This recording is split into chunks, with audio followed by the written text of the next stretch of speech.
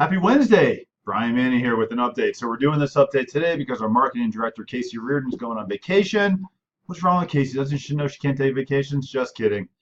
Everyone needs a break. So let's get right to it. A lot of information to talk about today. That's why I wanted to make sure we didn't miss this week's video. So let's see.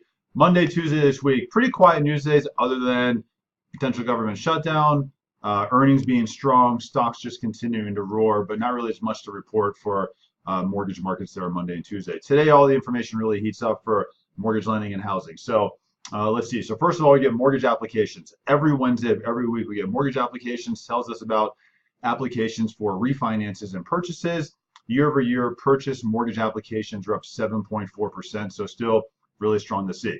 Then we get the FHFA. It's the Federal Housing Finance Association. Tells us about appreciation on homes across the nation with conventional mortgages. So year over year, this is up 6.5%. And what's amazing is they revised last month's number, made it even higher, and revised that appreciation up to 6.8%. So seeing really strong appreciation there with homes on across the nation with conventional mortgages.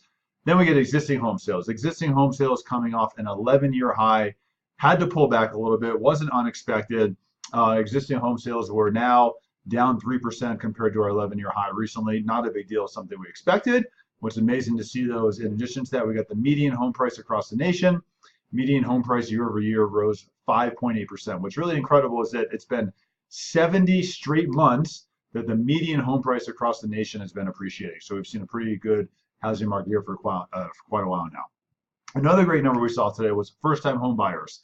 So last month, first-time home buyers on a year-over-year basis made up 32% of the marketplace. So we started to see first-time home buyers in that kind of high 28, 29%.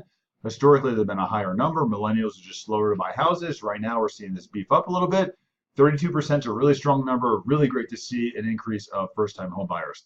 Also, we get inventory. Inventory is at the lowest number since they started tracking inventory numbers in the 1990s. Right now, across the nation, month supply of inventory of listings at 3.2%.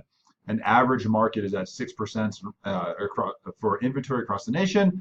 We're at 3.2%, so it's just seeing really strong inventory levels. So with applications up, appreciation increasing, inventory down, everything across the board is just pointing to a really strong housing market this year. I'm around all week. I'm around all weekend. If you have any questions, let me know. Love to help you. Have a great day.